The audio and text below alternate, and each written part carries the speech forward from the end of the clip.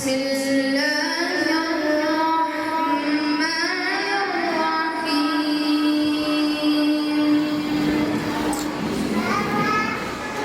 يا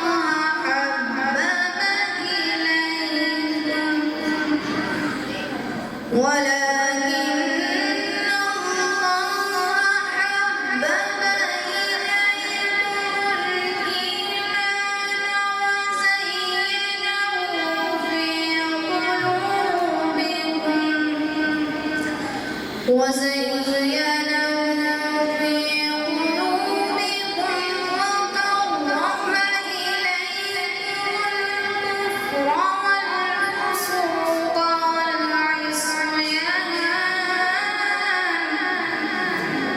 أولئك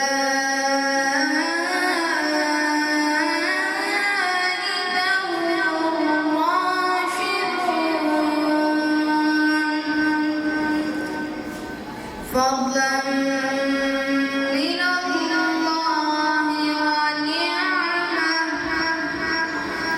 والله عليم حكيم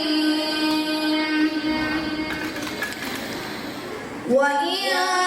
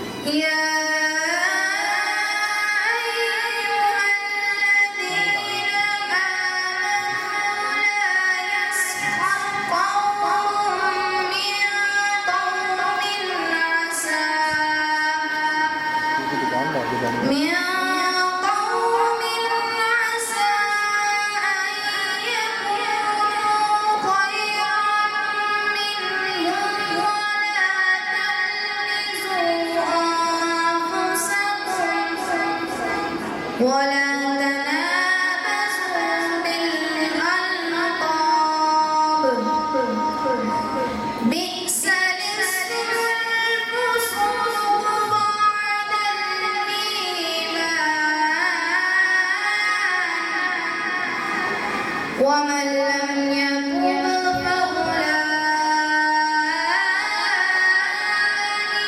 هم الظالمون يا أيها الذين آمنوا اجتنبوا كثيرا من الظن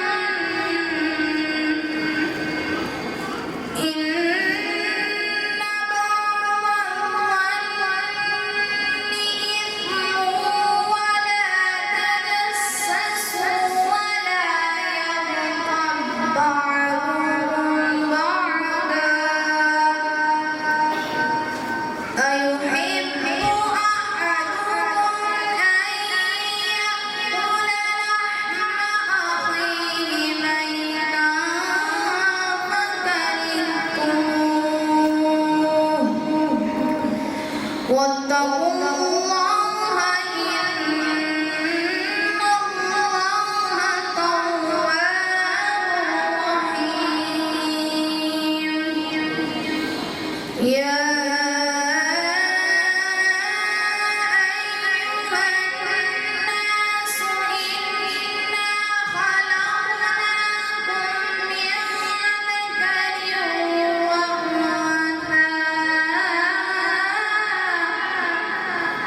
من ذكر وأنثى وجعلناكم شعوبا وقبائل لتعارفوا إن أكرمكم عند الله أتقاكم إن الله عليم خبير صدق الله العظيم میں اللہ کی پناہ مانگتی ہوں شیطان مردود کی شر سے۔ شروع اللہ کے نام سے جو بڑا مہربان نہایت رحم کرنے والا ہے۔ اے ایمان والو، اگر کوئی فاسق کوئی خبر تمہارے پاس لے کر آئے تو اس کی تحقیق کر لیا کرو، ایسا نہ ہو کہ تم نادانی سے کسی قوم کو نقصان پہنچا دو پھر تم کو اپنے کیے پر نادم ہونا پڑے۔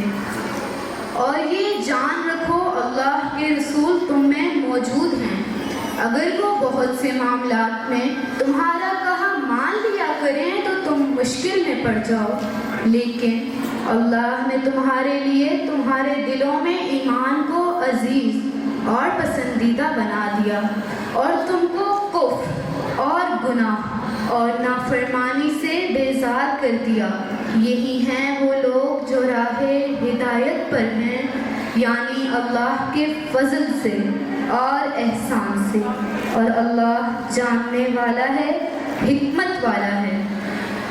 اور اگر مومنوں میں سے دو فریق آپس میں لڑ پڑیں تو ان میں صلح کرا دو، اور اگر ان میں سے ایک دوسرے پر زیادتی کرے تو اس سے لڑو جس نے زیادتی کی، یہاں تک کہ وہ اللہ کے حکم کی طرف پلٹ آئے۔ بس اگر وہ پلٹ آئے تو ان میں عدل کے ساتھ صلح کرا دو اور انصاف سے کام لو، بے شک اللہ انصاف کرنے والوں کو پسند فرماتا ہے۔ دراصل مومن تو آپس میں بھائی بھائی ہیں تو اپنے دو بھائیوں کے درمیان صلح کرا دیا کرو اور اللہ سے ڈرو تاکہ تم پر رحمت کی جائے۔ اے ایمان والو، مرد مردوں کا مذاق نہ اڑائیں، ممکن ہے وہ ان سے بہتر ہوں، اور نہ عورتیں عورتوں کا، ممکن ہے وہ بھی ان سے بہتر ہوں، اور تم میں سے کوئی کسی پر تہمت نہ لگاؤ اور کسی کے برے القاب نہ رکھو۔ ایمان لانے کے بعد برا نام رکھنا گناہ ہے، اور جو توبہ نہیں کرتے تو وہی ظالم ہیں۔ اے ایمان والو، زیادہ گمان کرنے سے بچتے رہو، یقیناً بعض گمان گناہ ہیں۔ اور نہ ٹٹول کرو، اور تم میں سے کوئی کسی کی غیبت نہ کرو۔ کیا تم میں سے کوئی یہ پسند کرے گا کہ وہ اپنے مردہ بھائی کا گوشت کھائے؟ تو تم اس سے ضرور نفرت کرو گے۔ بے شک اللہ توبہ قبول کرنے والا مہربان ہے۔ اے لوگو، بے شک ہم نے تم کو ایک مرد اور ایک عورت سے پیدا کیا اور تم کو قوموں اور قبیلوں میں بنا دیا تاکہ تم آپس میں شناخت کر سکو۔ بے شک اللہ کے نزدیک سب سے زیادہ عزت والا وہ ہے جو زیادہ متقی ہے۔ بے شک اللہ جاننے والا ہے، خبردار ہے۔ بے شک اللہ سچا اور عظیم ہے۔ I seek refuge of Allah from Satan the outcast. In the name of Allah, the most compassionate and merciful. O believers, if an evildoer brings you any news, verify it, so you don't harm people unknowingly. Become regretful for what you have done, and keep in mind that Allah's messenger is still in your midst. If he were to yield to you in many matters, you would surely suffer the consequences. But Allah has endeared faith to you, making it appealing in your hearts. And He has made disbelief, rebelliousness, and disobedience detestable to you. And those are the ones rightly guided. This is a bounty and a blessing from Allah. And surely Allah Almighty is all-knowing and all-wise. And if two groups of believers fight against each other, then make peace between them. But if one of them transgresses against the other, then fight against the transgressing group until they are willing to submit to the rule of Allah. If they do so, then make peace between them in all fairness and act justly. Surely Allah loves those who uphold justice. The believers are but one brotherhood, so make peace with your brothers, and be mindful of Allah, so you may be shown mercy. O believers, do not let some men ridicule other men. They may be better than them. Nor let some women ridicule other women. They may be better than them. Do not defame one another, nor call each other by offensive nicknames. How evil it is to act rebelliously even after having faith. And those who don't repent, they are the true wrongdoers. O believers, do not avoid many suspicions, for indeed many suspicions are sinful. And do not spy, nor backbite each other. Would any of you like to eat the flesh of their dead brother? You would despise that, and fear Allah. Surely Allah is the acceptor of repentance, most merciful. O humanity, indeed, we created you from a male and female, and made you into people and tribe, so that you may get to know one another. Surely, the most noble of you in the sight of Allah is the most righteous among you. And truly, Allah is all-knowing and all-aware. Indeed, Allah